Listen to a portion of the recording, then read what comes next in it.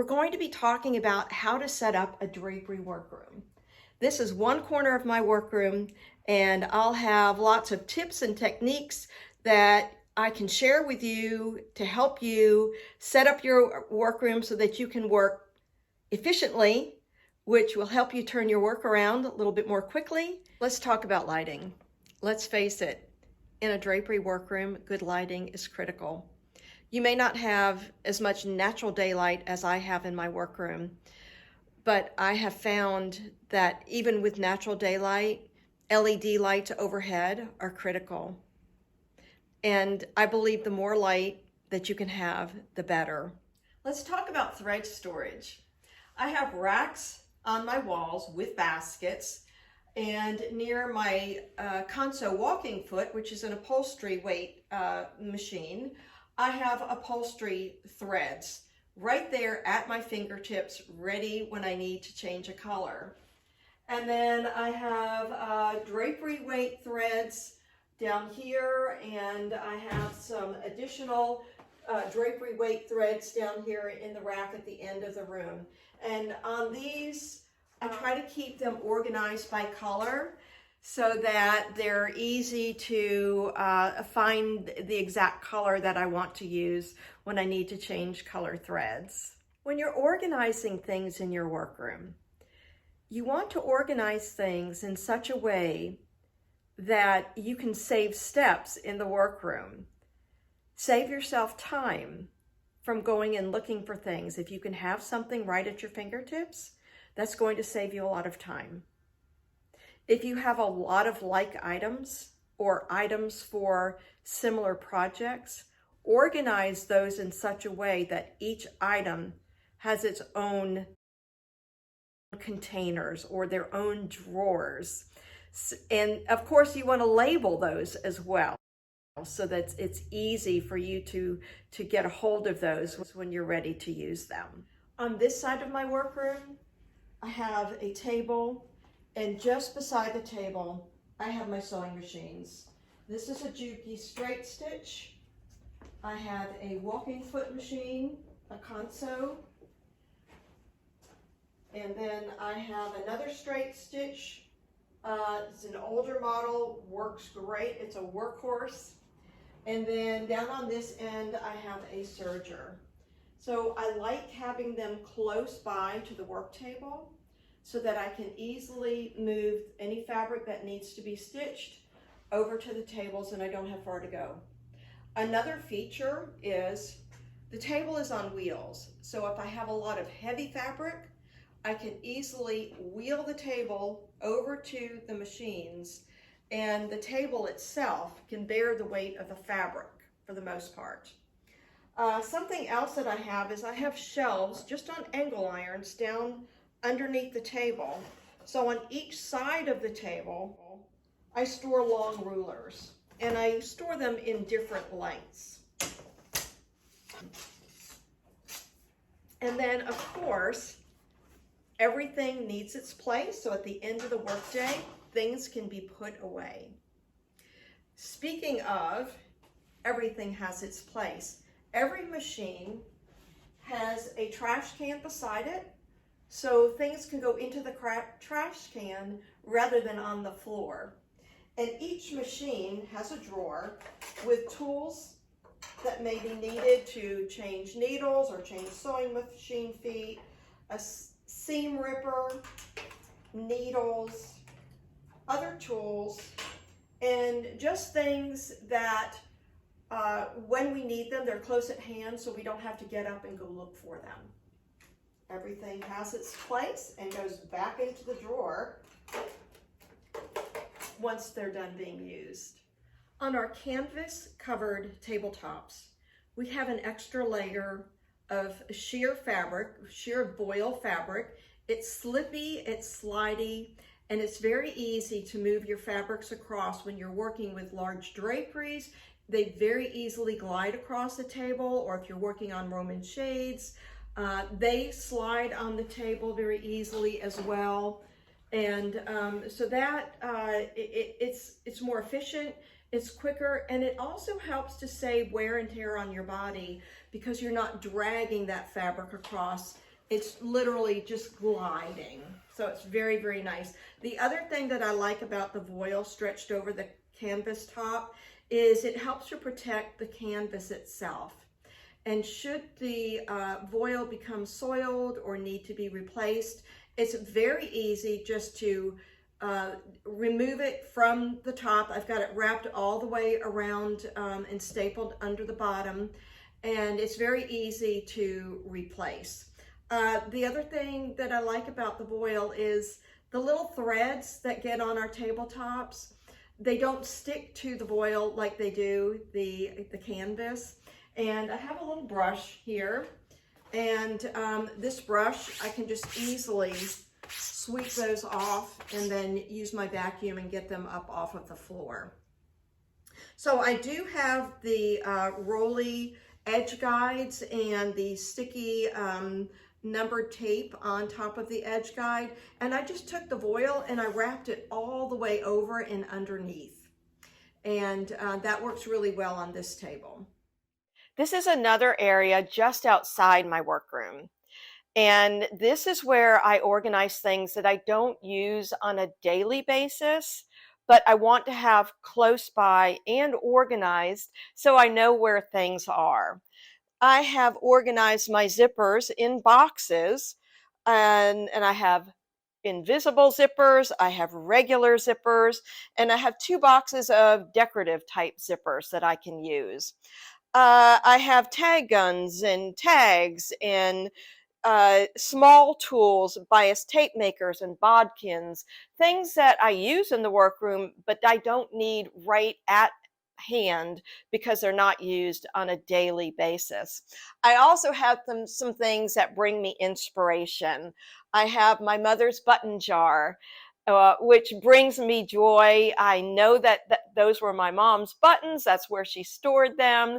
And it helps to remind me where I came from.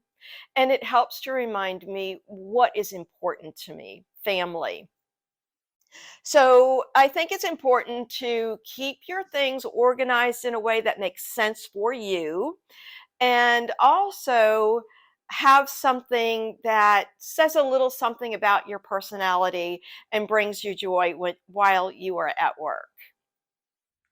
Now, when you're not making beautiful things with fabric, you're probably at your desk doing your book work, or you're estimating, or you're bill paying. How is your desk?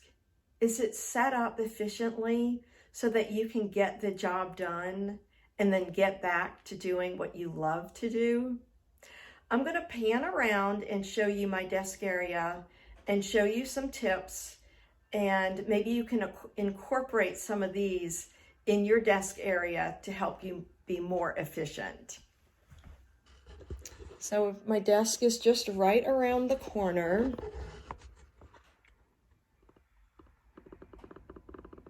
And I'll show you this desk. So it's not really a desk. This is a, this is a butcher block tabletop that I got to sit on top of this desk that has a smaller tabletop. I wanted to be able to have 2 computer setups on this. This is my Windows computer, and then I have a Mac that I use for when I'm doing video editing and creative type work. So I wanted to have 2 setups, and each of the computers has its own external monitor. I have drawers. These are monitor stands to raise the monitors up, and each of these has a drawer so I can store things in those drawers and keep my desktop as clean and tidy as possible. And then I do have drawers down underneath here where I have office supplies and things that I use at the desk. But again, I want to keep my desktop as clean and organized as I can, because having things clean and organized allows me to be more creative. And I'm not going to lie to you, this does get very disorganized looking. quite often. But the more organized I can keep it, the more creative I can be, the more efficient I can be, and the quicker I can turn my work around. So I do hope that this is helpful for you. This desk also is, you can raise it or lower it. I'm very short, so it is in the lowest position for me so that it's comfortable for me. I do also, you can't see it, but I do have something underneath the desk that I can put my feet on because I don't like dangling feet. When I can have my feet comfortable, then my back is comfortable. And just as important as being organized is taking care of our bodies at work. Now let's pan from my desk area over towards the workroom, and then I'll show you the Rolly Connect backdrop that you see when you are watching a Rolly Connect. So I'll just roll this around. My workroom is just over there. That's a part of the workroom. And then I'm just spinning this around. And then the Rolly Connect, that's what you're looking at when we are in the Rolly Connect session. So you can, a lot of times you can see the backdrop that I have. And I also have that bench, or I try to put something a little bit interesting to look at during the Rolly Connect sessions. So now let's go into the workroom and see a little bit more in the workroom itself. With all the organization I've been sharing with you, you're probably thinking, all right, where's the mess? Let's face it. We create messes when we're creating beautiful things with fabric, don't we? Our workrooms can become disaster areas. That being said, yes, I'm going to show you my mess. I wanted this place to be perfect when I showed it to you, but I realized that's not real life in a workroom. So behind the camera are the 4 sewing machines that I have against the one wall in the workroom, and this is the work table that is closest to that machines. I have a wood top table that I use for multiple uses. If I have something that I need to use a rotary cutter, I have a rotary mat in a firm surface. So I like that for this table, and sometimes I'll just use it for cutting of certain types of jobs, or even storing projects that I'm working on, projects that are in process that I don't need a pinnable surface for. So then at the other end of the workroom, which we'll go down there in just a moment, but I have another canvas tabletop. And on that also, I've got the sheer voile stretched across to make moving fabrics across the work table quick and efficient. And it is pinnable. It's a great cutting surface, a pinning surface. And I have it set up in such a way that my fabric rack is at the far end, and I can roll my fabrics across that table. I have buckrams up at the top, and so I can roll the buckrams down as I'm tabling draperies. I will also mention every table and every machine is movable. I do have flooring on the workroom floor, not carpet. So everything I can move everything by myself. So I can put the table side by side, end to end. I can move sewing machines over to the tables when I need a certain setup or a special setup, and it's very user friendly, and I'm able to move them by myself. And as I mentioned, I do have a lot of natural daylight in here, but that being said, that is not enough. So as you can see, I have a lot of LED lighting at the ceiling. And I do have these lights set up in zones. So if I'm just using this half, then The other half of the lights can be turned off if I want them to or need them to be. So let's go down to the other end of the workroom and I'll show you how I have that set up. And hopefully you will see some ideas that may help you in setting up your workroom or changing some things in your workroom. I want to show you another table that we have in here for organization. And this was my husband's grandfather's. So again, we've got that family, where we came from and things that bring us joy and things that are important to us. And with all of the drawers, it helps me to organize more of the things. I have chalk markers and I have razor blades for certain things that I need to cut. And I have pads of paper and pencils and more organization here. Everything has its place, so it almost looks like organized chaos sometimes, but again, it helps to have everything have its own place. And when I finish a project, rather than just jumping into the next project, I like to go ahead, put everything away so that I'm starting the new project with a fresh and organized workroom. Remember, creativity is born from being organized. At this end of the workroom, I have a blind hammer machine. I have another cabinet with lots of organizational drawers. Every single drawer, it has a tag letting me know what is in it. I do have security cameras up in the upper corner because this room is on the back of the house. So when I hear the driveway alert go off, I can look up in the cameras and see who is coming up with a delivery, or if someone is coming up to the door, then I know.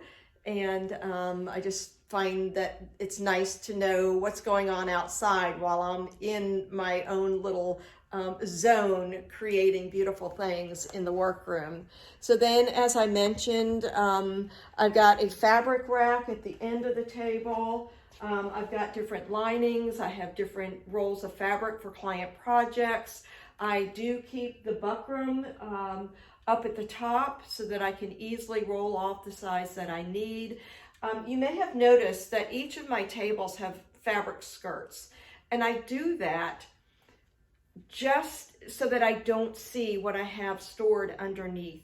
Sometimes when I see too much, it can just cloud my creativity. So I've made the skirts. They're attached underneath the tabletop itself with Velcro. So if I need to take them and have them laundered, I can do that. But again, it just helps me to feel that I have organization in the workroom when I don't see everything that I have stored under. This table also has angle irons just screwed on to the side edges of the table. And on those angle irons, those are a shelf for these long rulers. So I'm done using the long rulers and I have multiple lengths. I can simply put them underneath the table and keep them out of the way, but always at hand. Now, I want to show you this machine. It was my first industrial serger. It's a 3-thread serger, but I don't use it as a serger. I use it just as a trimmer. I've removed all of the threads. I've removed the needle. And when I have a welt cord and my seam allowance is larger than 1/2 inch, what I do is I just run it through this serger and it clips the seam allowance to exactly 1/2 inch. And that is perfect because 99% of what I create here in my workroom uses a 1/2 inch seam allowance. So I've hung on to this. I don't use it every day, but when I need it, it's a very valuable tool. So now you've seen my workroom and my work area. I did not say that the addition to my workroom, which is the main 18 by 40 area that I showed you with my machines and my 3 tables, before I had that addition built, I planned everything out on paper, graph paper. And I literally drew in where I wanted every window, every outlet, every wall switch.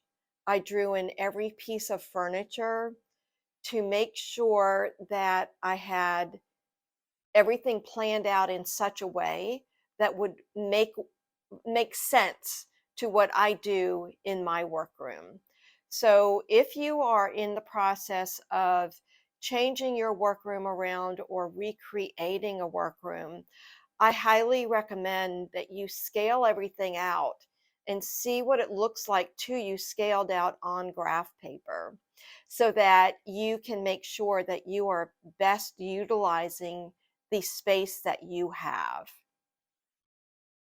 And take the time to put it on paper, look at it, edit it, and really think about what you do in your workspace and what you need in your workspace to be the most creative and most efficient for your business. Okay, I hope that you enjoyed this. Leave me some feedback in the comment section below, and be well and have fun creating.